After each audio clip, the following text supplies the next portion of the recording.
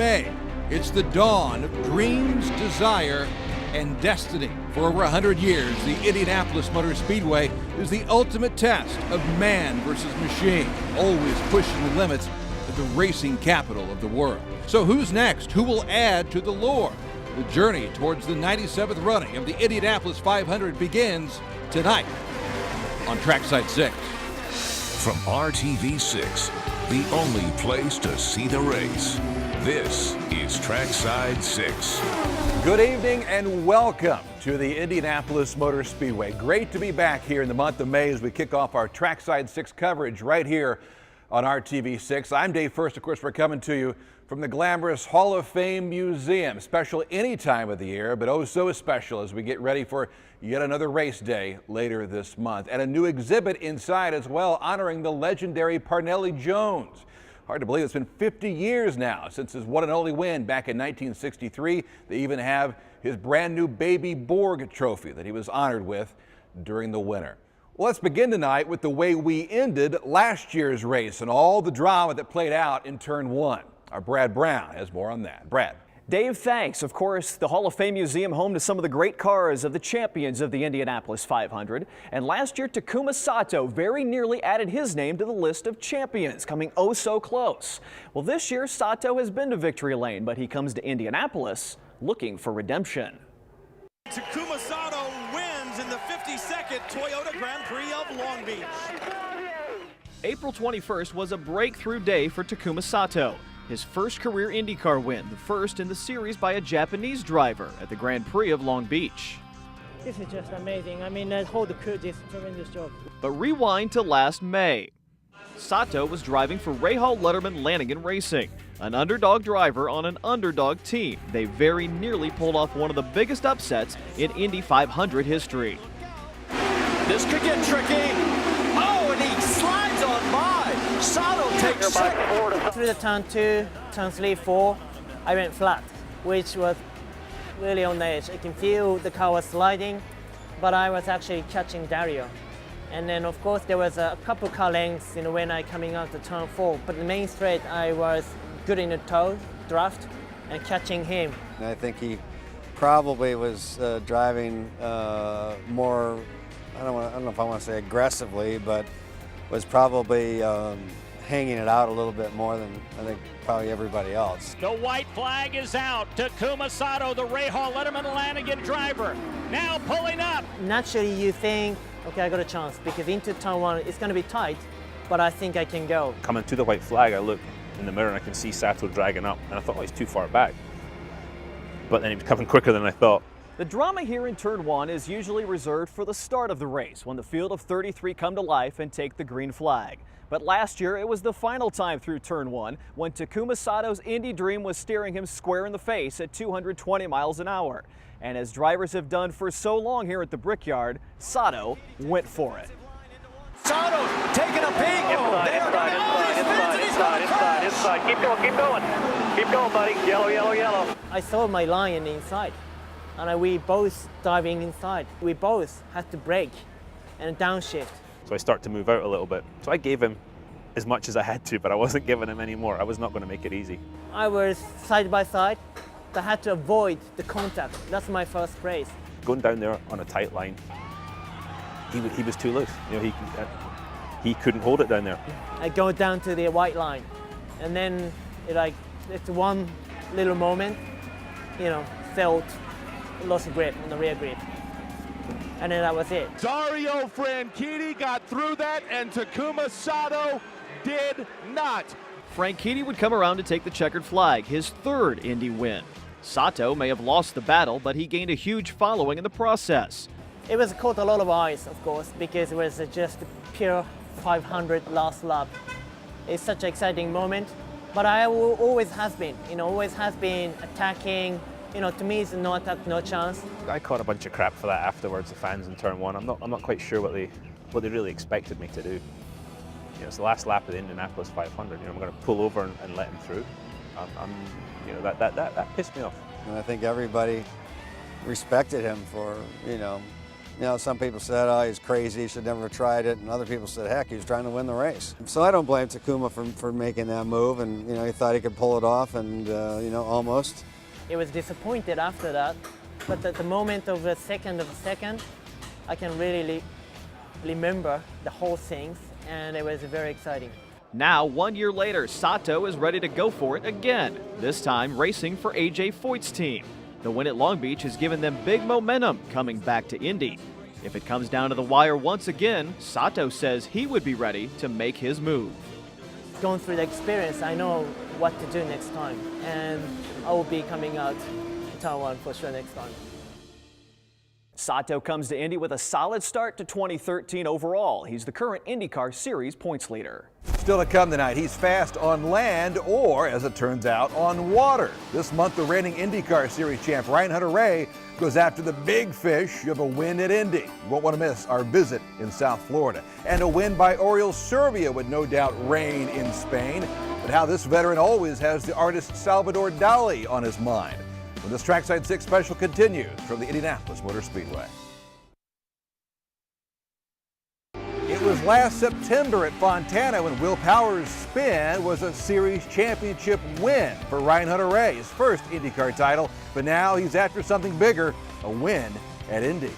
And welcome back. Hunter-Reay has had his share of losses. The loss of his mother a few years ago always comes to the forefront, but he constantly uses the tough times as motivation. It's what's made him a champion, whether he's going deep into a turn or deep sea fishing at his home in Fort Lauderdale, Florida. Loud and fast, it's the one constant for Ryan Hunter-Reay when the reigning IndyCar Series champion is on the job, sometimes even off. Until lately, thanks to the arrival of Ryden Hunter-Reay, the son of proud parents Ryan and wife Becky.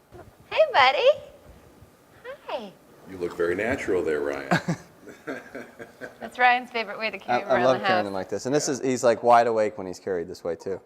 Needless to say, it's a much slower pace than what they're used to. And, you know, just like every other parent says, you do have a lot more respect for parents and parenting and what your parents did for you, but hopefully he'll dig what Dad does. He's going to be a golfer. What? He's going to be a golfer? Yeah, he's going to golf. It's a really safe sport. Becky, he'll be the racing golfer. How about that? Well, his dad does that.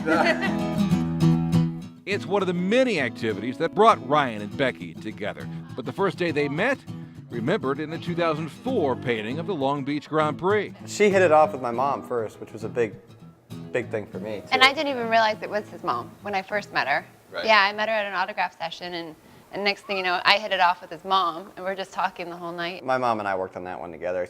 During the autograph session, I told her to, you know, to make friends. Photos of Ryan's mother Lydia are a prominent feature in the home. It's been 4 years now since she lost her battle with cancer. Ryan's been dedicated to the Live Strong campaign ever since. And with Ryden's arrival, Lydia's legacy felt more than ever. There's just nothing more than I would love to just have her hold him, you know. Right. And it's definitely tough that'll never get to happen. But it was tough. But we shared so many great moments. I was best friends with her. She was my mom at the same time. She was best friends with Becky, and she has a lot to do with the person I am today and the way we live our lives. So that's how she lives on.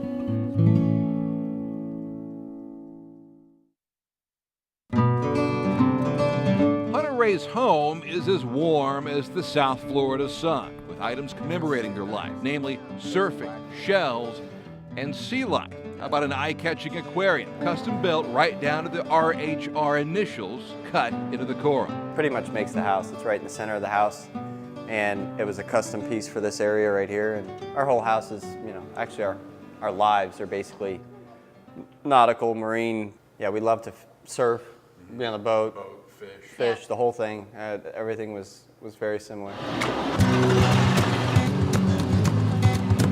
In fact, a boat or fishing trip is just a click away.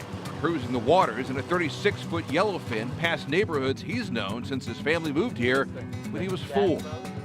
Have you ever thought what your life would be like without racing if you went a different way? Oh, absolutely, yeah. Think about that often. And that's a good thing, too, because then you really Motivate you a little bit? Yeah, absolutely. Still a lot to do. It's the biggest race in our sport. We've got a lot to get done there. And yet, Indy, Got a lot of the work. far cry from the intercoastal. What's more enjoyable, fishing or just boating? I guess it kind of goes hand I in hand. like both. Yeah, absolutely. This boat, I really love running over to the Bahamas. While taming triple 250s, topping out around 60 miles an hour, we don't head to the Bahamas on this trip. Instead, it's out to another home away from home, one of his offshore fishing stops. People think of fishing and they think of, you put a worm on a hook and you drop it in the water and you sit there and wait. Well, in Indiana, it's not like that. That's how we do it in Indiana. See? Right. Little bobber. Not like that at all. No. He's an accomplished sportsman as well, providing home video of trips for mahi, sailfish, and more on the water or in it. Brings a whole new meaning to the term pole position. So let's sum up your life right now. Fast cars, fast boats, and fishing. Yeah. Ryan Hunter Ray, ladies and gentlemen. It is a great life, absolutely. I'll be the first to admit it. And he'll keep going, from horsepower to a husband, from driver to a dad. A life and career that's only just begun, while waiting to add Indy to a series championship trophy. How long before there's a little mini baby board one or two? Well, that's why we put it on this side, and I'm usually very symmetrical with design. I'm not even like that. We need to balance out the table, right? It's going to take a lot of hard work to win at Indy, and gosh, to have one of those, everything would be complete at that point. Becky, by the way, a racer herself, has done some off-road racing in the past, just like her brother Robbie Gordon, who competed in 10 Indy 500s. There's no doubt a win by Ryan this month would be one for the entire family. Still to come, there's a certain art to the sport of racing, and no one knows that more than Dreyer and Reinbold's Oriel Servia. And tonight, he paints a picture of Indy, unlike anyone on the grid. And Trackside 6 continues.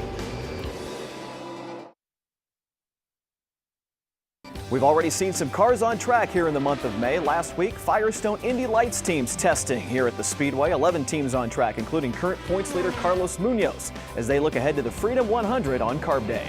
One of the great stories from last year belonged to Oriel Servia. He started way back in row 10, but finished 4th. Obviously, he's ready to go again this year, from Barcelona to the Brickyard, and a guy who can picture himself in Salvador Dali in Victory Lane.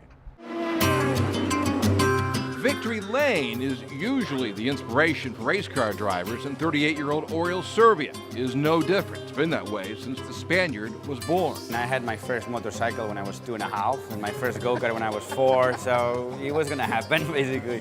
What else were you gonna do with life, right? I've always loved it.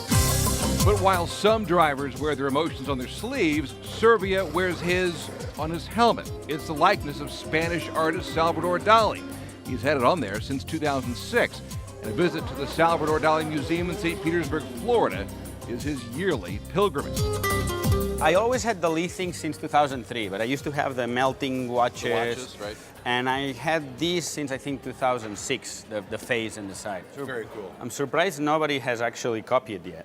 I always have Dali. This spring, he unveiled his 2013 version for us, and the museum provided the 1964 image that the Dali likeness is actually from, all located in this architectural gem on Florida's Gulf Coast. Peter Tosh is with the Dali Museum, and of course, this is a Spanish museum. We have to have sangria, salud. Salud. And salud to you. Salud. Salud. Don't tell my team owners I'm actually having some wine. Inside and on display, some 2,000 works, the largest Dali museum in North America. There's a surrealist treasure around every corner. The larger paintings were usually done during the summer.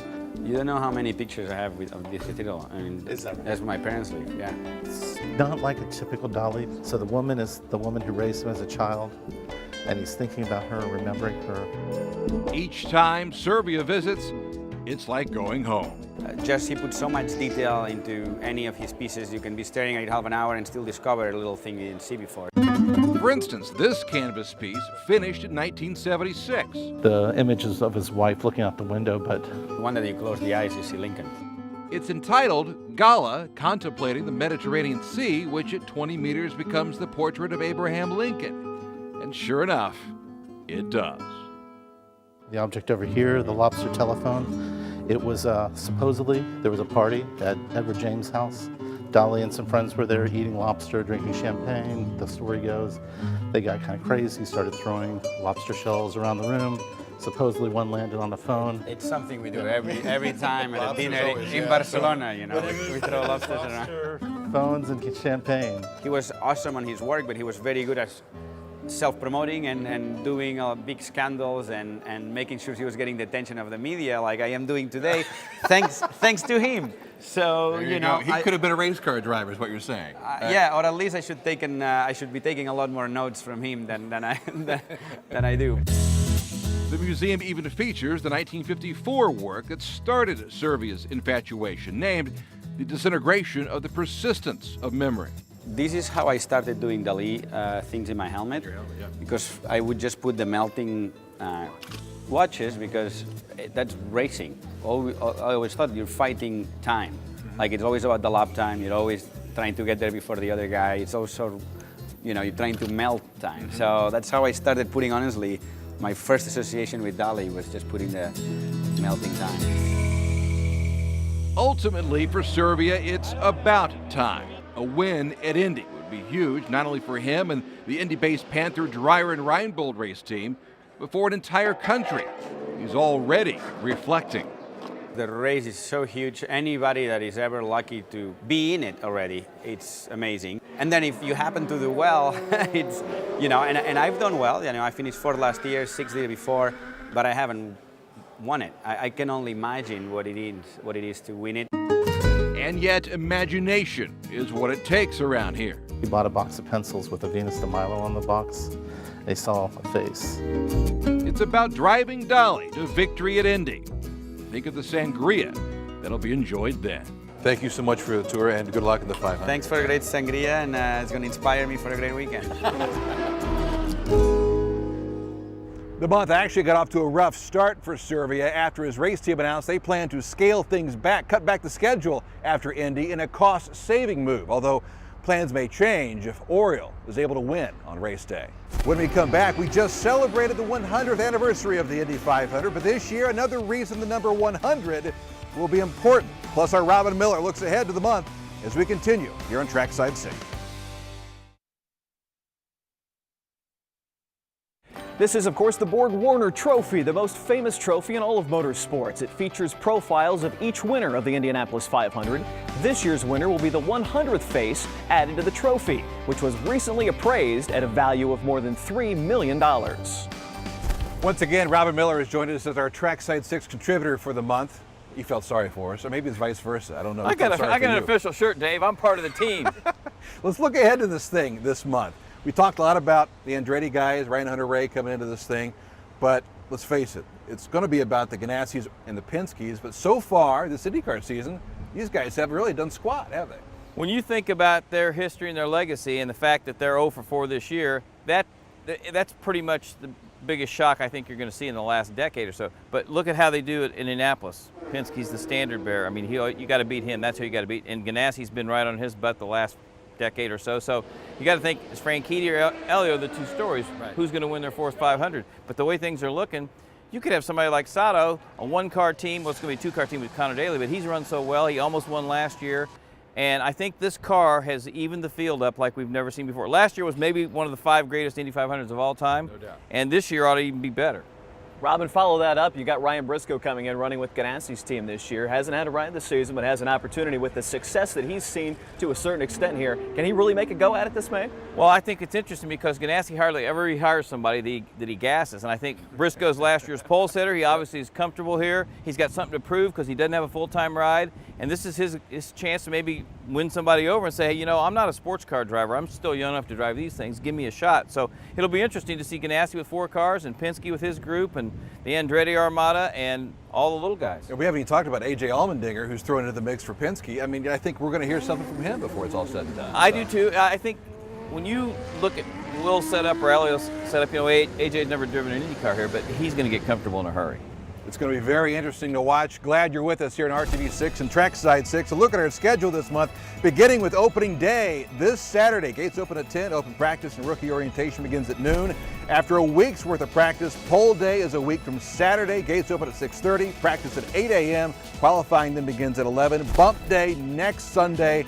And then Carb Day on the 24th, including the final practice, the Freedom 100, the pit stop competition, and the Carb Day concert featuring the group Poison. And that brings us to race day, Sunday, May 26th. Don't forget, RTV6 is the only place to see the race. Our coverage starts bright and early race day morning with breakfast at the Brickyard, and you can see the rebroadcast of the Indy 500 Sunday evening at 7 o'clock. All right, and then join us. Don't forget next Thursday for another edition of our Trackside 6 specials, an exclusive with the 4 living 3-time champions of the 500, Johnny Rutherford, Bobby Unser, Helio Castroneves, and Dario Franchitti. All 3-time winners, I think they ought to all retire and go home. Wait, you're saying the 4-time club's got enough guys in it already? Is that Too many. Too many. Too many. How many too many? 3 too many? 3 too many. Should be only one. That should have been me, Dave. Three's Company next Thursday. For all of us here at RTV6, for Robin Miller, Brad Brown, I'm Dave First. Thanks for watching, and let's go racing, shall we? Let's have last year's finish without somebody hitting the wall. Let's have some fun. Thanks for watching. Good night for now from the Indianapolis Motor Speedway.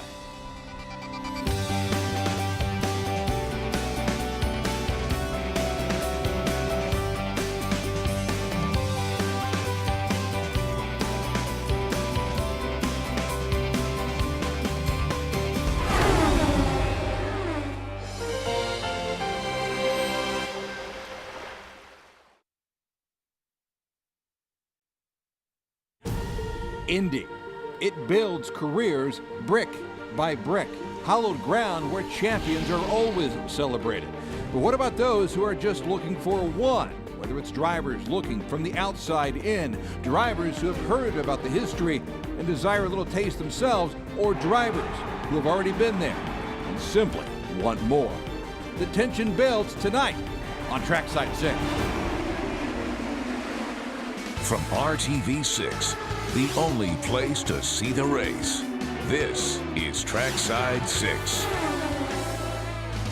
Well, another reminder of just how dangerous this sport can be. 21-year-old rookie Connor Daly of Noblesville gets loose through turn 1, tries to correct, didn't work, slaps the wall. The car actually tips up on its side for a while before coming to rest in turn 2. Connor was fine, and remarkably, the car is fixable for AJ Foyt Racing, so no need to go to the backup car as practice resumes tomorrow at the Indianapolis Motor Speedway. And good evening and welcome once again to the Indianapolis Motor Speedway as the sun sets past the pagoda, wrapping up day number 6 here at the track, which is the good news because we've got Fast Friday tomorrow, pole day on Saturday, second day qualifying on Sunday. Dave First, Brad Brown. It seems like we've been here forever. It feels like we've been here forever. Finally, though, Fast Friday tomorrow, things will pick up after that. I think a lot of the teams are looking forward to getting that extra boost of turbo that they'll get on Friday. That's right. The speeds will go up a little more. The weather has been fantastic so far. Conditions all over the course this week have been great, and I think we're going to see some great numbers as we head towards Saturday. Crazy to think it's been as dry as it has been, especially with all the rain we've had this spring. Take a look at the Indy 500 program. If you haven't been out here, you got to check this thing out. Another reminder, really, of how special these things can be. A 97-year history of the race. None of it has ever featured actual people, competitors, if you will. Usually just pictures of cars, the track, logo, you name it, but it features the 3 4-time winners, and for our purposes tonight, the 4 living 3-time champions, an exclusive gathering where three's company. Dario's day a year ago, a testament to the power of 3. And when it was all said and done in Victory Lane, he had visits by 3 other 3-time champs, Helio Castroneves, Bobby Unser, and Johnny Rutherford. Right after we won, I think the first people I saw were, I think Helio was one of the first, Uncle Bobby, and then Johnny, and I was like, really? That's kind of cool. It was like, welcome to the club. Yeah, it was. To think you have 3 of these things. I'm proud of it. Yeah. Membership has its privileges, and recently in a makeshift studio, all 4 living 3-time champs posing in a Rolling Stone magazine type photo shoot, producing images for this year's Indy 500 program. And for all 4, truly a picture perfect moment. How cool to hang out with a group of three-time champions like yourself here. I was just looking around. I'm like, wow, I'm being part of this amazing group, you know. Rubbing elbows there, you know. This is big-time stuff. That's very, it's very cool. The only thing now that concerned Bobby Unser and I is that they get a chance to go for 4 and join AJ and Al and Rick. All 3-time winners? I think they ought to all retire and go home. Wait, you're saying the 4-time club's got enough guys in it already? Is that Too it? many. Too many. Too many. How many too many? 3 too many? 3 too many. Should be only one. That should have been me, Dave. Wayne Sweeney waves the green flag and the race is on. It's a track race between Rutherford and Unser in turn 1. They were always motivated by the elusive 4th win. Rutherford won his 3rd and final Indy 500 in 1980, did it in the famed Yellow Submarine, leading 118 of the 200 laps. His 2nd win was a rain-soaked victory in 1976, as he became the first driver to walk to victory lane. And his first, a real Texas shootout between himself and A.J. Foyt in 1974, which ended in Foyt having oil issues, and Lone Star Jr. in victory lane. All told, he had 24 attempts at being a 4-time winner before retiring after the 1988 race. Were you satisfied when you walked away with 3? No, you're never satisfied. Never satisfied. The question is, how long did it take to come to terms with, okay, I'm climbing out of the cockpit, I got 3, and gosh darn it, I should be pretty happy with that, you know? Yeah. A.J. Foyt had retired. Mario was retiring. Bobby had retired. Al Unser had just retired. And I'm sitting back in my motor coach thinking, what am I still doing? You know, all of the guys in my class are out now. The green flag is out, and the 1968 500-mile race is on. Bobby's story ends a bit differently. His breakthrough win came in 1968 in the Dan Gurney Eagle, followed by his own rain-soaked victory in 1975, and a 3rd and final win with Penske Power in 1981. He retired later that year after 19 500s, and a decision based on family, not fast cars. When you walked away, you had 3. That was hard. Dave, you just could have gone for 4, but you decided that's it. I know that, and plus, I was probably as good when I got out of the car as I ever was in my life. Sure. I was smarter. I was very quick. The reason was I had a young son, Robbie.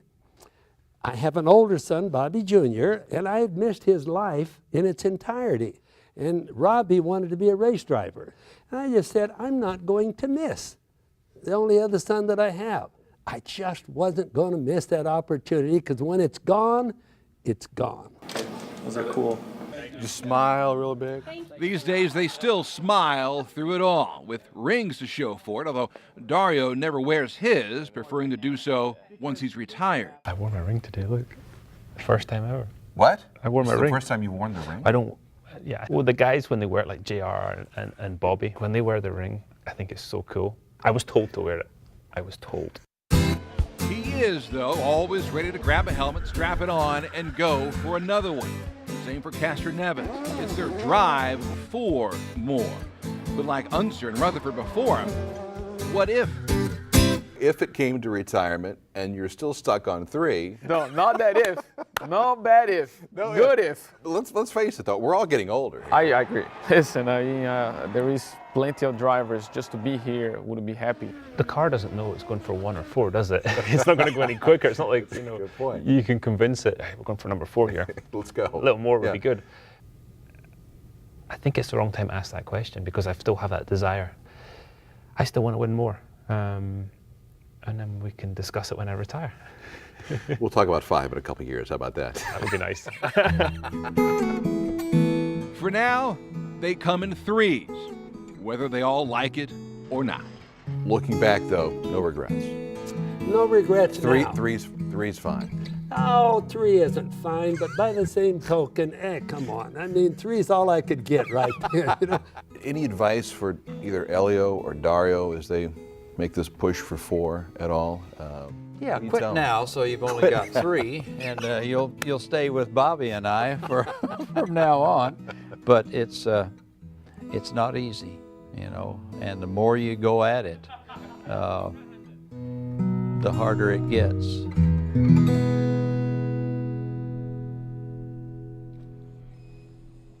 And we want to thank all four of those gentlemen. The remarkable thing is, first time since 1987 that two drivers have gone for a fourth win. It could happen this month here at Indianapolis. Still to come here tonight on our Trackside 6 special, unfinished business in the Indy 500. A lot of drivers have it, but none quite like NASCAR teammates Tony Stewart and Danica Patrick. When will they return here to compete? And parlez-vous français, we catch up with a couple of Indy's youngsters for a little bit of lunch. Vautier and Pagenaud when we return.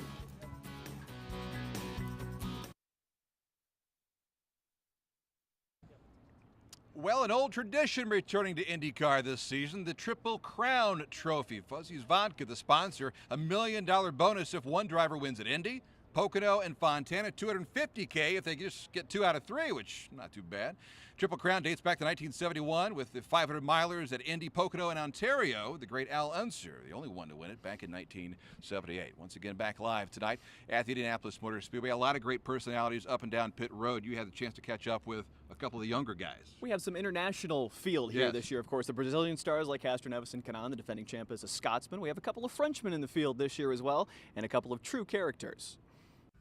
A sunny day in St. Petersburg. A brasserie lunch, perhaps? The perfect spot to meet up with IndyCar drivers Simon Pagenaud and Tristan Vautier. It doesn't take long to see why the pair get along so well. 1, 2, 1, 2. Grenadine is very good. 1, 2, 1, 2.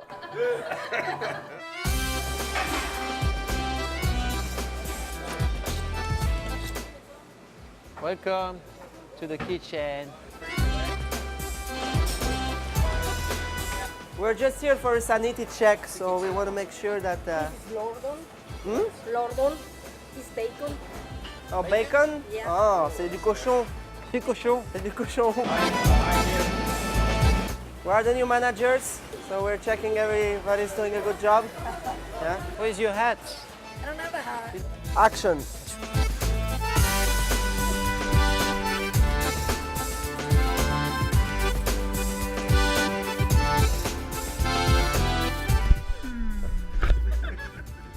I remember watching Simon coming to Formula Atlantic back then and getting some scholarships to go to Champ Car and everything. So it was kind of the second one to make the move. And I remember looking at him and being like, this is cool. It's kind of attracting. When you go through the ladder, yeah, you should get, if you win, you should get some help. And Tristan totally deserves it.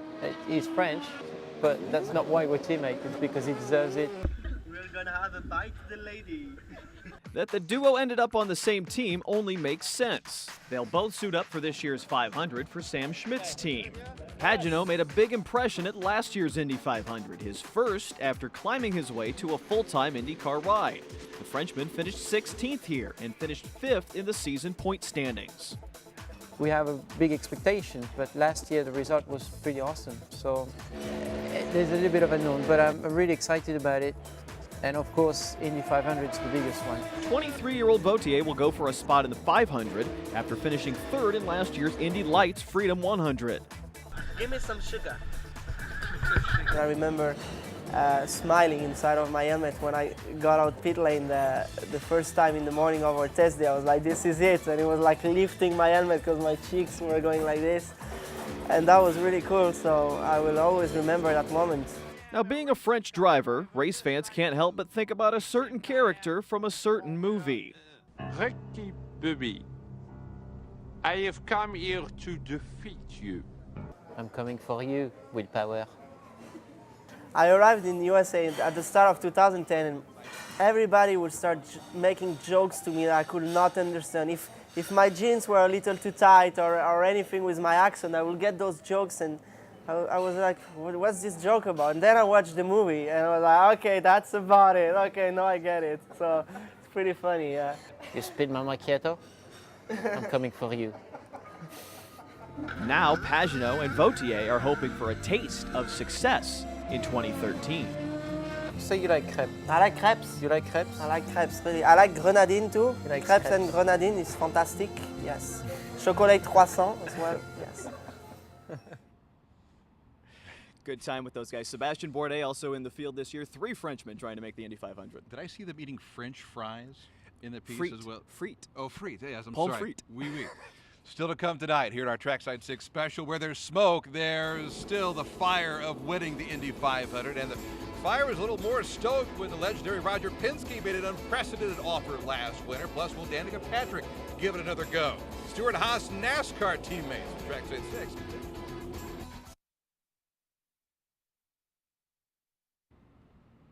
And another look at the famous Pagoda Plaza here at the Indianapolis Motor Speedway as we're working our way toward qualifying this weekend. Another beautiful evening, hoping for another beautiful day on Friday as we continue here with our Trackside 6 special. Brad Brown and Dave First. Good looking shot there. You know, it's the dream of a lot of racers to win here at Indianapolis. A couple, though, have taken themselves out of the running voluntarily. Tony Stewart hasn't raced here in the 500 in 12 years. Danica Patrick and a couple, call them both unfinished business here at the Speedway.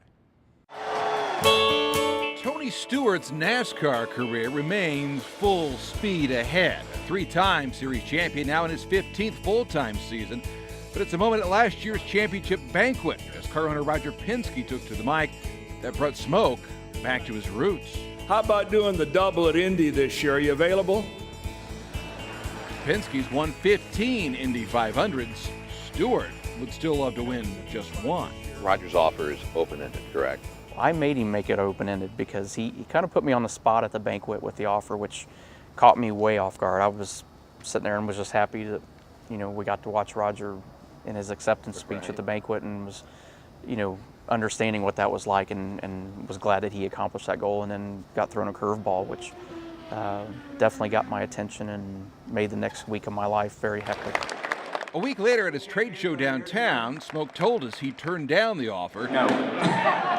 At least for now. I won't do it this year, but there's nothing saying that down the road I may not take him up on that same offer. It sounds like you're going to do this again. It's just a matter of when. I don't know. I hope so.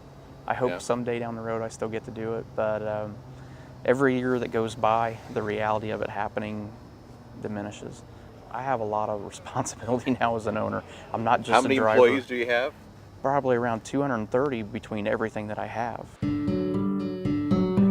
His newest employee just happens to be an Indy 500 veteran herself, Danica Patrick, sliding into her first full-time season for Stewart's race team, shares the same optimism and pessimism that perhaps one day she'll return to the 500. You know, it would have to be the right situation where I felt like I was up to speed and prepared, and every year that goes by is further and further away. So you're saying as the years go by, you have less and less chance of I would doing say Indy as the 500? years go by, there's less of a chance of me being as excited or amped up to do it because I'll feel more scared that I won't do as well. 2, 1. Wheel straight, but on a brake. And comfort is key for Danica. These days, she's relaxed enough to mug the camera for a shameless sponsor plug. In the evening, I like to have a refreshing Coca-Cola Zero. After my sportscast, nothing refreshes me more than Coke Zero. Or just mug the camera, period. Smiles she's giving and getting nowadays in NASCAR. Dave, come back! Okay, fine. I feel very comfortable. I mean, that's part of the reason why I really, you know, kind of fell in love with NASCAR and why I really wanted to take that step and move over to NASCAR is because I really enjoy the people. I have a lot of fun and You seem more at ease. Is that safe to say? Or Would you say this is one of the more relaxed interviews we've done? I think so, actually. Randy, are they on their way with that other car? For the record, the Columbus native has been a part of 5 Indy 500s. His best run came in 1997 when he started second, finished 5th. But he hasn't returned as a driver since 2001. And Danica's best race was her first in 2005. Patrick leads. Does she have enough fuel to go the rest of the way? Leading 19 laps before conserving fuel and handing the race to the late Dan Weldon to win. It doesn't keep him up at night, but it does keep him interested. You still love Indy. Does it mean as much to you now as it did when you were growing up? And Yeah, absolutely. That will never change. You know, whether I get to run another lap in the Indy 500 the rest of my life or not. you go back to 05 when you were leading. as much experience as you have now in all this, would you do things differently? I would have run that thing out of fuel in the lead. That's what I would have done. I would have run it because there was still 2.5 gallons left when I came in. And, the race ends and I end with enough fuel that I could have probably gone harder throughout. And, but that would have changed my life and I would be different and I wouldn't be here today. And you know what? Yeah. Dan Weldon won that day. And that's probably why I shouldn't have won. There you go. Years later, perspectives change, offers change, and their careers definitely have as well. But Memorial Day weekend, it's always Indy. And for Danica and Stewart, when it comes to change, they hope that never does. I mean, every May and every year, we're busy the same day the Indy 500's going on. We're busy with our day in Charlotte, and we've made our schedule more efficient to where when the 500's on, I don't have stuff to do. Nice. When it's done, then I go do my pre-race stuff and meet and greets and all that. But when the 500's running, I'm glued to the TV just like everybody else is. I can only imagine those two watching Kurt Busch have the test that he had here with Andretti Autosport last week, and you just got to stoke the fire. Just the thought of a driver doing the double is very exciting. And them sitting at home watching it play out in Charlotte. Well, this is what it's all about here at the Indianapolis 500. The Borg Warner Trophy, little known fact, this will be the 100th face added to the Borg Warner. 96 winners, 2 riding mechanics, and the late Tony Holman. 100 and counting. Back after this.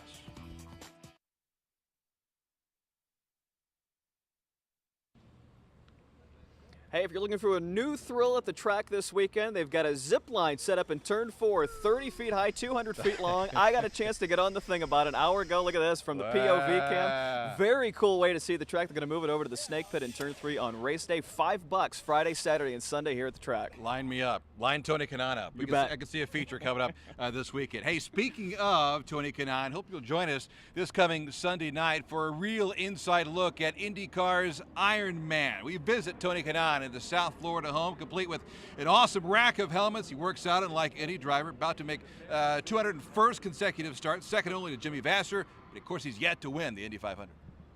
You're fine with your history of the Indy 500 being what it is.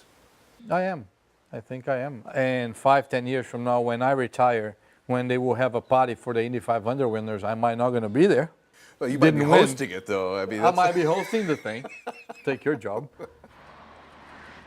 And as personable as he is, he'd be great. Telling you, great in the TV booth. IndyCar's Iron Man, Trackside 6 exclusive Sunday night on RTV6 News at 11. This was fun. Let's do it next Thursday. Guess what? We're going to do it next Thursday as well. For Brad Brown, Jason Spells, I'm Dave First, our entire Trackside 6 crew. Good night. Thank you for choosing RTV6 News, your home for the Indianapolis 500 and the only place to see the race.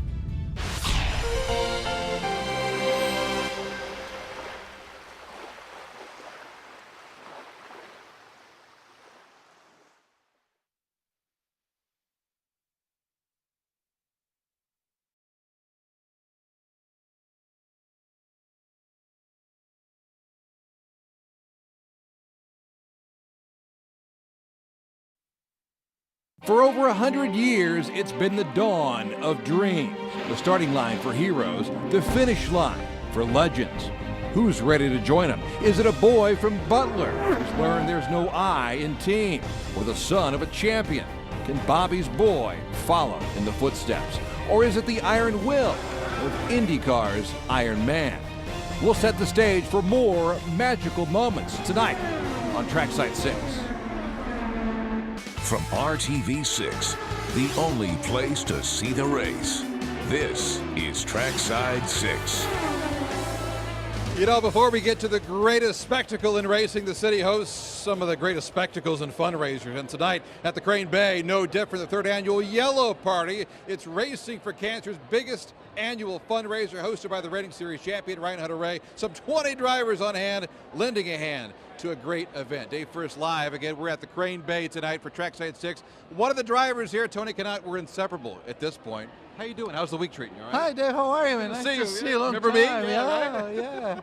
yeah. It's a great event. I mean, obviously, if you guys know my history, I lost my dad to cancer too, so it's always nice to help. Great to see you, my friend. We're going to see you tomorrow on Carb Day, okay? Yes, yes, go Pacers. The legendary Tony Kanaan, go Pacers. Let's begin the show with Ed Carpenter, the pole winner from last Saturday, getting ready to go on Carb Day tomorrow. A 4-lap average of 228.7 miles an hour. Hey, there's no reason why he couldn't be the star again on race day. Jason Spells has more. What a difference a year has made for team owner and driver Ed Carpenter. Last May was really tough. You know, we crashed a car in qualifying, and we're really just fighting it all month long, and it's probably the hardest May I'd had. But from those struggles came success. Always a skilled driver on ovals, Carpenter did what few have been able to do: put his team and his car in victory lane on a clear September night in California. It was big. You know, I mean, we all thought we could do it, but to go out and do it's a whole nother thing, especially for a young team. But you know, everyone's always said, you know, don't you wish you could have gone to another race? And yeah, you always want to carry the momentum, but I do feel like the momentum out of that really helped keep the guys energized through the off season. You know.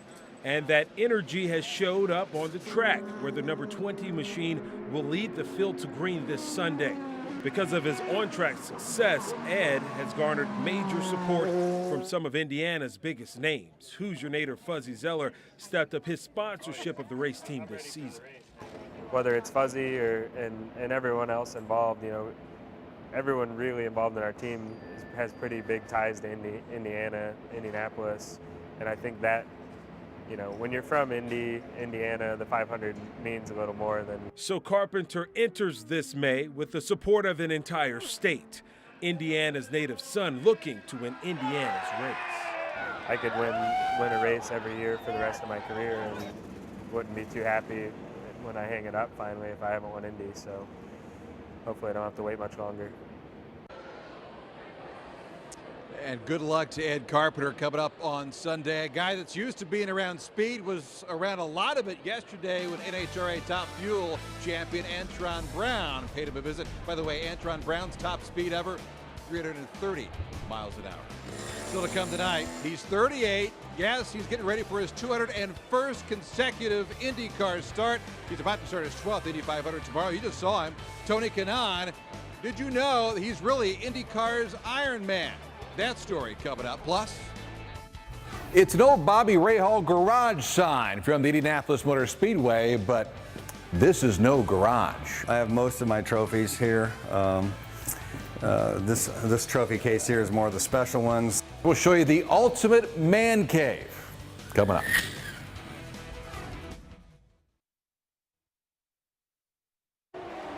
well, when you're in Andretti, what else you gonna do during the off week? How about Marco Andretti making pizza? Hey, a little Italiano.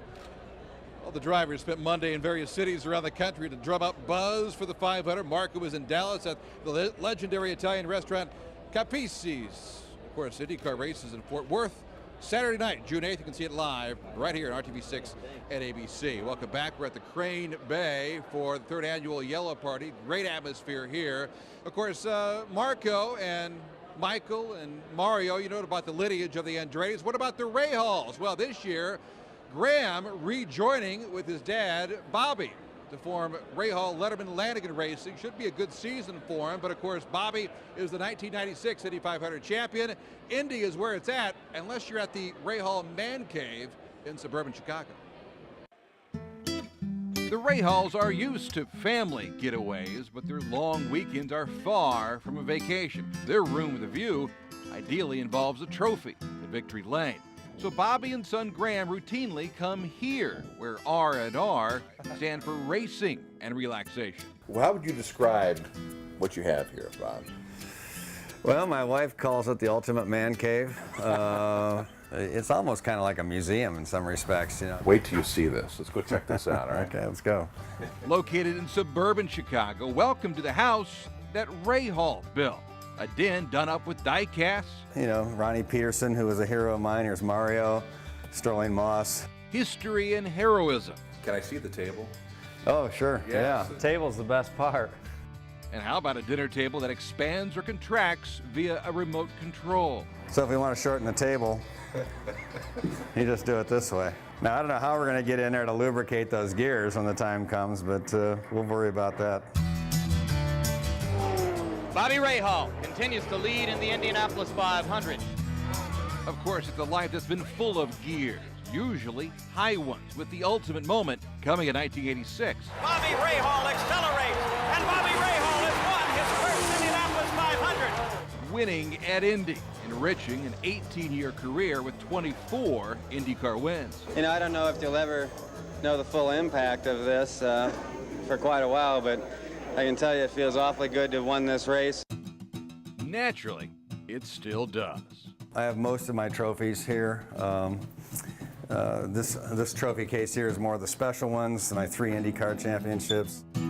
Plenty of wins have a nice ring to it. He's had a hand in it all, including this display, with gloves donated from fellow drivers the year he retired in 1989. And it's a pretty neat selection of guys, everybody from Greg Moore, Tony Kanaan, much younger guy than today, Michael, Al Jr. The coolest thing about this is if you go through and actually read all the comments. It's amazing how many of these guys ended up driving for me at some point in time too. People come in here, they really remark on that as being just such a neat thing. The thing now is that Graham is driving for his dad, passing cars and the family torch at the same time, working hard so the wins will come. But it's clear that the drive already has. When I was a kid, my nickname was the Shadow because I'd follow Dad around pretty well everywhere.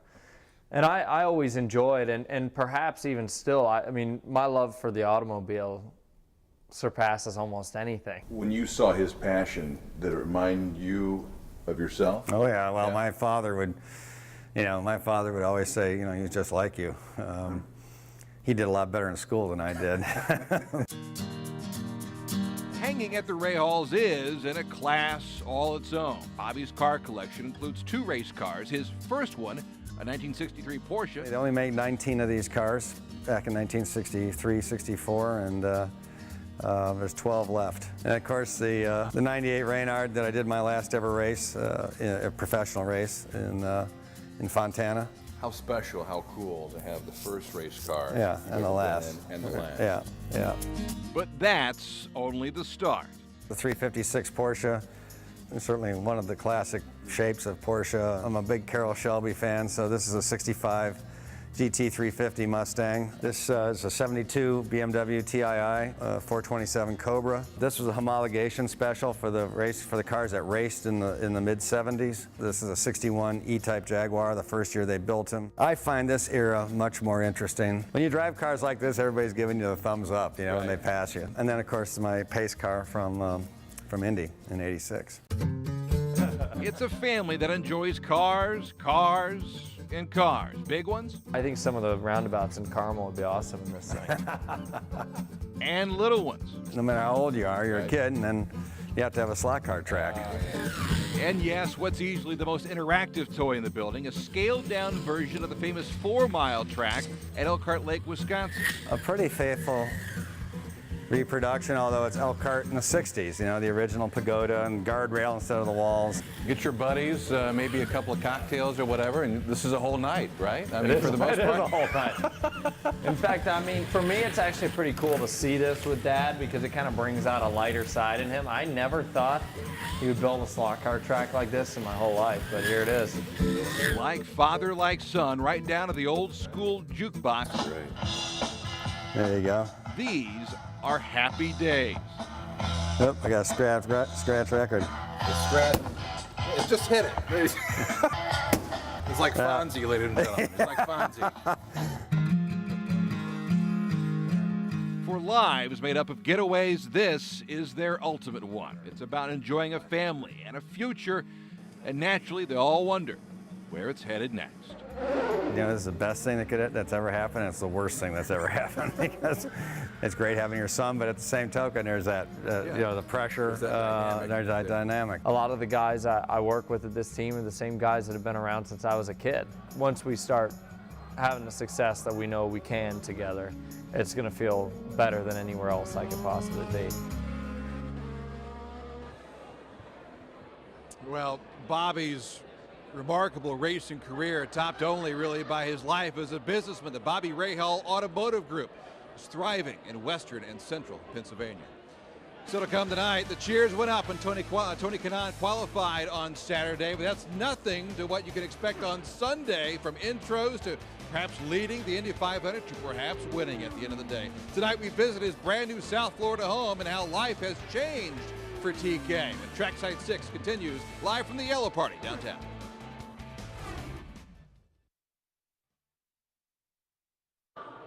Dave First back live. So many great charitable efforts throughout the course of the week before the Indy 500. We're at the Racing for Cancer event, the Yellow Party downtown, and we spotted this item. How about this? The silent auction, Tony Kanaan's race boots for when he finished third at the Indy 500. Let's face it, though, if you could compete in the Ironman in Hawaii, you can pretty much do anything: a 2.4-mile swim, 112-mile bike ride, then a 26-mile run. Naturally, when it comes to winning the Indy 500, he's in that for the long haul as well. Tonight, Tony Kanaan, IndyCar's Ironman. If practice makes perfect, then Tony Kanaan should barely have a blemish. At 38, he's now in his 16th season of IndyCar. Very little is new to the 2004 Series champion, at least on the track. Off it, a different story. He married longtime girlfriend Lauren Bolander in the offseason and also built a new South Florida home. I love right by the front door. You walk in, boom, look at this. By design and agreement with his wife, there aren't a lot of racing items in the house, but a one-of-a-kind helmet collection makes up for it. For the fans that are really hardcore fans in racing, when they see this, people go like, whoa. And Kanaan reads them off like a who's who. One of my best dear friends, Dario Franchitti. You have Bruno Junqueira, Oriol Servia, Brian Herta, Cristiano D'Amata, my hero, Ayrton Senna, Zanardi, Jimmy Vasser, Paul Tracy, Big Head, Gilles de Ferran. It's the biggest helmet in the shelf for sure. Kosuke Matsura, Greg Moore, Jimmy Johnson, my brother, Rubens Barrichello, my other brother, Dan Weldon, Felipe Giafone, Danica Patrick, Marco and Michael Andretti, and EJ Bizzo. Still have Grams, Scott Dixon, they're all to come. If you have more helmets, you just need a bigger house. Is what, you know. And then we can do another feature next year to the new house. From an immaculate living room to their family room. You got enough TVs over here? 3 TVs, enough for any taste on any given day. And if you're not a fan of that... I mean, I have a fancy fan up here in the ceiling. Look at this. This is actually an Indianapolis company, by the way. But I joke with people because I said we didn't have money to buy the other blade. So I just bought one. And what's a place without a pool or patio? The Kanaans take care of it all. When we built the house, we worry about the outside area for the kids and for the kids. Of course, Miami is nothing if not an outside area, from cafes to cruise ships. But look for TK around the Rickenbacker Causeway, named after Eddie Rickenbacker, the one-time fighter pilot and coincidentally former owner of the Indianapolis Motor Speedway.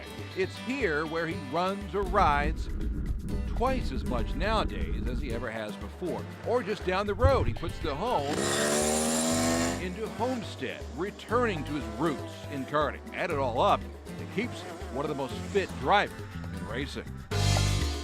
How much longer are you going to be doing this? I mean, I love covering the Indy 500, and I hope to do it for years to come. I'm going to ask you the same question. I mean, how much longer? Well, I don't know. It's fun, though. I mean, David, honestly... it's probably your answer, too. Yeah, I mean, the way I take care of myself, I can assure you that I can make it at least another 5 years. I'm fit, I keep working out, and not just for the race car. I think my wife appreciates it, for sure. Wait a minute. Racing again at Indianapolis. It's all with an eye towards Indy. Kanaan is going to get it. Kanaan is going to get it. He's in the lead. Last year, he took the lead for an 8th time in the 500, where he's now been out front for 221 laps. Most among drivers still searching for a win, and more than 43 drivers who've actually gone on to win the race. What is it like to take the lead at the Indy 500? It's awesome. It's just like when you don't see anybody. You're not following anybody. You're just in the lead. And the place is yours. And it's the same sensation every time. You get into the lead, you say, can we finish this race right now? One way or the other. It's like, how many laps to go? That's awesome. And yet leading and winning are two different things. So as he heads to his 12th 500, the practice resumes, dealing with twists and turns that so far hasn't allowed him to pull into victory lane. And for now, that's fine. As Canan sees it, sometimes success isn't measured by who gets there, but by how they handle it when they don't. I'm not trying to find an excuse because I haven't won or anything, but to me is, I got so many great memories from this place without winning. You're fine with your history of the Indy 500 being what it is. I am. I think I am. I mean, and 5-10 years from now, when I retire, when they will have a party for the Indy 500 winners, I might not going to be there if I Well, you might be didn't hosting win. it, though. I mean, I might be hosting the thing. Take your job. But no, I'm fine for now.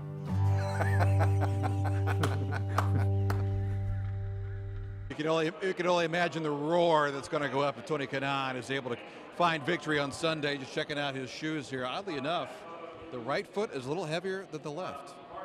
Who knew? Hey, so to come tonight here on our Trackside 6 special, Tony Kanaan. So many drivers now into fitness.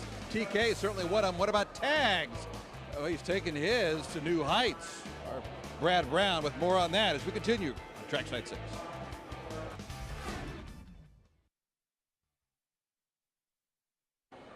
Dave First back live in the special edition of Trackside 6, coming to you live from the Yellow Party, raising money for Racing for Cancer. Some of the silent auction items, including this really cool Alex Tagliani custom-made fan. How about that from the folks at Fanimation? Speaking of Tags, he turns 40 this October, and with that, he's taking his workout routine to new heights.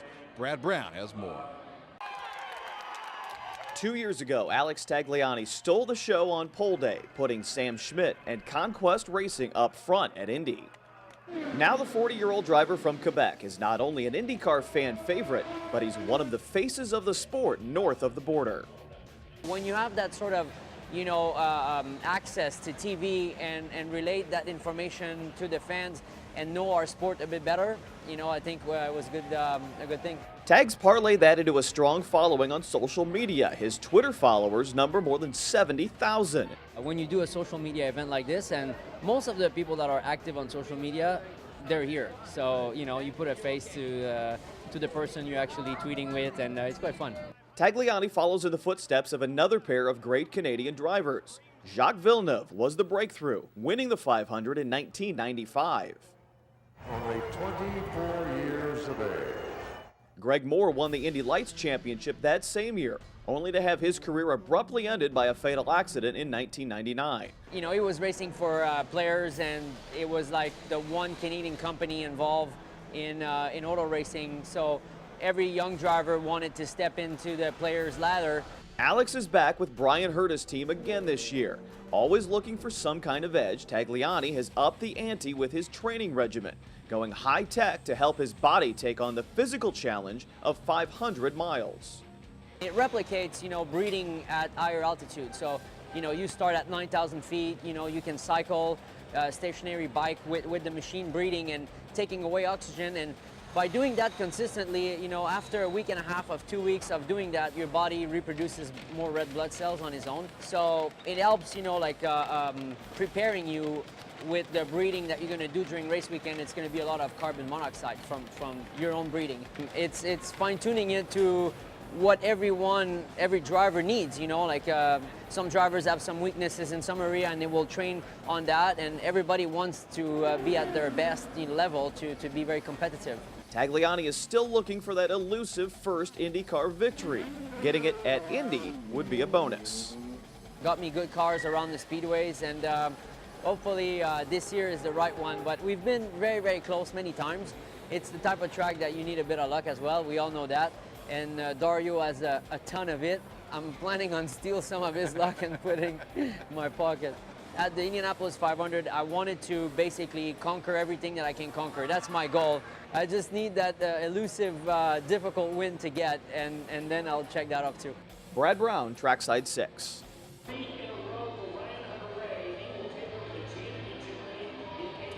Alex Tagliani, the top starting Honda-powered driver. Our thanks to the folks here at the Yellow Party. We'll see you tonight at 11.